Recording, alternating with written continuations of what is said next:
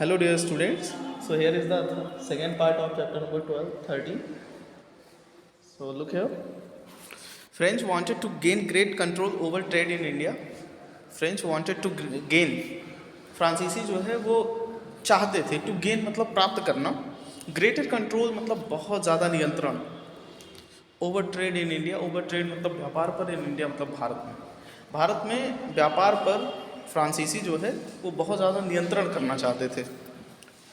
Indian rulers also joined these wars to further their own cause and defeat their rivals. Indian rulers, भारतीय शासक, also joined these भी इसे join किए, इसे इसमें सम्मिलित हुए. वॉर्स मतलब युद्ध में. आल्सो ज्वाइंट दीज वॉर्स, भारतीय शासक भी इस युद्ध में शामिल हुए. To further their own cause, आगे अपने निजी कारणों के लिए, एंड डिफीट देयर राइवल्स, और अपने प्रतिद्वंदियों को हराने के लिए. Finally the EEIC gained advantage over trade in India. Finally मतलब अंततः the EEIC, English east India company, gained advantage, gain मतलब पाई, एडवांटेज मतलब लाभ, ओवर ट्रेड मतलब व्यापार पर, इन इंडिया मतलब भारत में, जिसकी वजह से EEIC कंपनी जो है वो भारत में व्यापार पर पूरी तरीके से लाभ पाई. Battles over Bengal. Battles over Bengal मतलब बंगाल के युद्ध.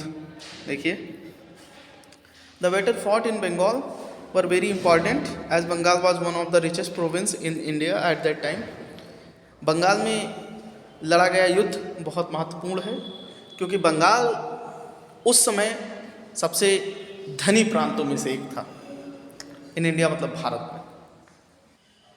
The EEIC fought two battles to gain control over the province of Bengal. EEIC जो है वो 2 युद्ध लड़ी. ईस्ट इंडिया कंपनी जो है वो 2 युद्ध लड़ी. किस लिए? To gain control over the province of Bengal, Bengal के प्रांतों के ऊपर नियंत्रण प्राप्त करने के लिए. ठीक है, चलिए नेक्स्ट देखिए. The battle of Plassey.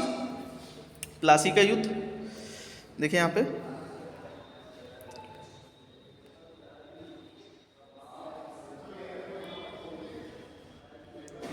The battle of Plassey,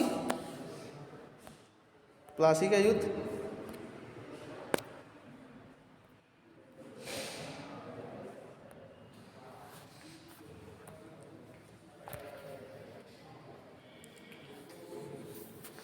अरे ये बंद करने वाला कहाँ गया? Look here. The battle of Plassey. The Battle of Plassey 1757 was fought because the British were misusing the trade privileges given to them by the former Nawabs and not paying duty. The Battle of Plassey, Plassey का युद्ध was fought मतलब लड़ा गया, because मतलब क्योंकि British was misusing their privilege. अंग्रेज जो थे वो अपने अधिकारों का गलत तरीके से उपयोग कर रहे थे, दुरुपयोग कर रहे थे. गिवन टू देम, जो कि उन्हें दिया गया था, बाय द फॉर्मर नवाब्स, पहले के नवाब के द्वारा, नवाबों के द्वारा. एंड नॉट पेइंग ड्यूटी, और वो अपने कर्तव्यों का निर्वहन नहीं कर रहे थे. They had also started building their army. उन्होंने अपना सेना बनाना भी शुरू कर दिया था.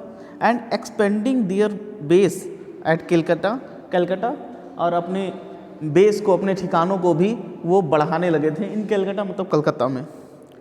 This was against the nawab of Bengal सिराजुद्दौला's permission.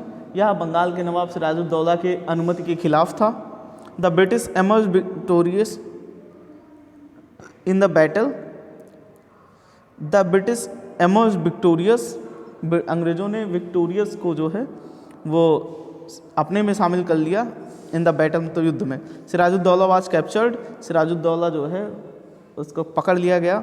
And put to death, और उसे मौत की सज़ा दी गई. And Mir Jafar was made the ruler of Bengal, और मीर जफ़र को बंगाल का रूलर बताया गया, शासक बनाया गया. अ फ्यू ईयर्स लेटर, कुछ समय के बाद, the battle of Buxar broke out between the nawab of Bengal. Battle का युद्ध जो है, बक्सर का युद्ध जो है वो बंगाल के नवाब मीर कासिम और ईस्ट इंडिया कंपनी के बीच शुरू हुआ. The east India Company had use their victory in the battle of Plassey to get a number of privileges from the new Nawab of Bengal, Mir Qasim. The East India Company had used their victory. East India Company जो है वो अपने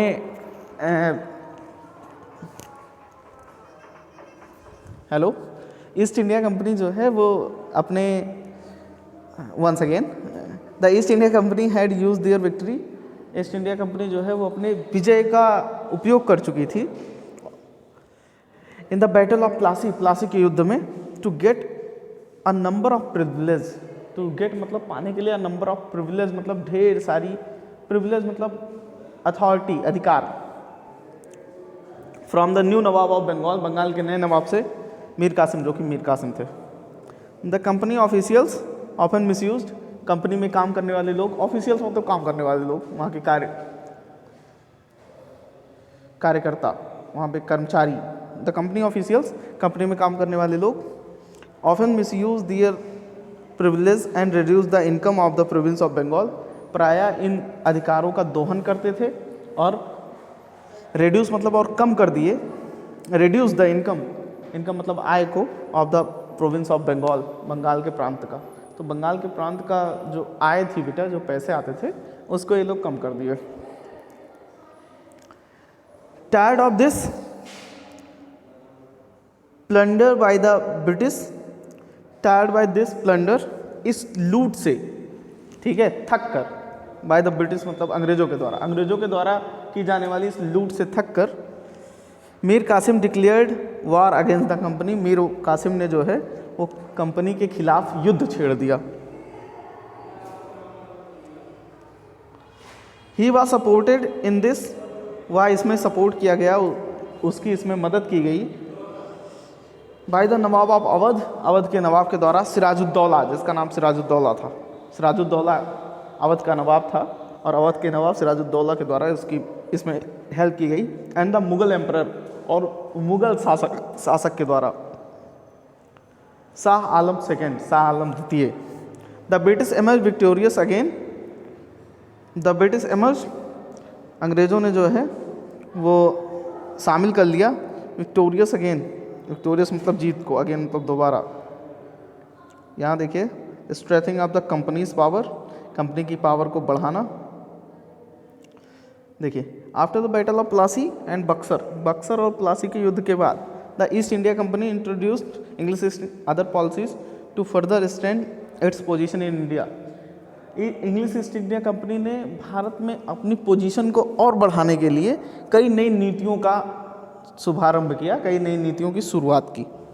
पहला देखो, the subsidiary aliens, सहायक संधि इसको बोलेंगे, सब्सिडियरी एलियंस को सहायक संधि, was introduced by Marcus Wellesley, इसकी शुरुआत जो है मार्कस वेलेस्ली के द्वारा की गई। The governor general of India, जो कि भारत का गवर्नर जनरल था, it stated that Indian rulers who were under the protection of the British, इसमें यह कहा गया कि भारत के वो सभी शासक जो अंग्रेज़ों की सहायता ले रहे हैं, अंग्रेज़ों की सहायता के अंतर्गत आते हैं, जिनकी सहायता अंग्रेज कर रहे हैं, would have to maintain a permanent British army in their kingdom, would have to maintain, उन्हें बनाना पड़ेगा, अ परमानेंट ब्रिटिश आर्मी, एक अस्थाई अंग्रेजी सेना, इन देयर किंगडम मतलब उनके राज्यों में। They also had to pay for its upkeep, और उन्हें इसके लिए उन्हें पे भी करना पड़ेगा। The Indian rulers also had to keep a British official called resident at their courts, Indian rulers जो है उन्हें एक अंग्रेजी ऑफिशियल को रखना पड़ता था, ऑफिशियल मतलब कोई कर्मचारी, एक अंग्रेजी कर्मचारी को रखना पड़ता था, कॉल्ड रेसिडेंट, जिसे रेसिडेंट बोलते थे, एट देयर कोर्ट, अपने दरबार में, उनके दरबार में।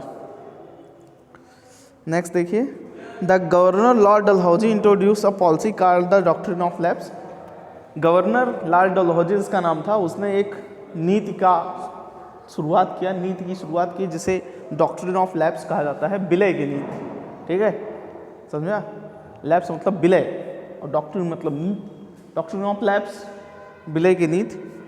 अकॉर्डिंग टू दिस पॉलिसी, इस नीति के तहत एनी इंडियन किंगडम, कोई भारतीय राज्य, कोई भारतीय साम्राज्य, which were already under the subsidiary alliances, जो कि पहले से ही सहायक संधि के अंतर्गत है, had to give up its territory to the British, had to give up, उसे त्यागना पड़ता, इट्स टेरिटरी मतलब अपनी सीमा प्रांत को, टू द ब्रिटिश मतलब ब्रिटिश को, if the ruler did not have a natural male heir, अगर उसके पास कोई प्राकृतिक पौत्र नहीं होता। ठीक है, अब समझो इसमें, इसका मतलब ये था कि विलय नीति में ये था बेटा कि जितने भी इंडियन किंगडम्स हैं जिनके पास कोई पुत्र नहीं है, कहने का मतलब ऐसे राजा जो इंडिया के अंदर अपने साम्राज्य में राज कर रहे हैं और उनका कोई लड़का नहीं है, उनके पास सिर्फ लड़कियां हैं, तो वो सब जो है अपना राज्य जो है अपने बाद वो अंग्रेज़ों को दे देंगे। ठीक है, रिवोल्ट ऑफ 1857 1857 की क्रांति, रिवोल्ट मतलब क्रांति। ठीक है, देखो यहाँ पे the EEIC's ruler affect the lifes of people from different segments of society. समाज के कई तथ्यों के पर अंग्रेज जो है वो भारतीय लोगों के जीवन को अस्त व्यस्त कर चुके थे, प्रभावित कर चुके थे। द इंडियन सिपाहीज, भारतीय सिपाही, who work in the British army, जो कि अंग्रेजों की सेना में काम करते थे। द पुअर पीजेंट्स, गरीब किसान, पीजेंट मतलब किसान। द लोकल इंडियन रूलर्स, और क्षेत्रीय भारतीय शासक। एंड लैंडलॉर्ड्स, और लैंडलॉर्ड जमींदार। एंड द कॉमन पीपल, और सामान्य लोगों को भी, मतलब इन सभी लोगों के जीवन को ये प्रभावित कर चुके थे। All suffered under the unjust company rule, सभी लोग जो है कंपनी के गैर न्यायिक असंगत नियमों के शिकार हो चुके थे, सफ़र कर रहे थे, उससे पीड़ित थे।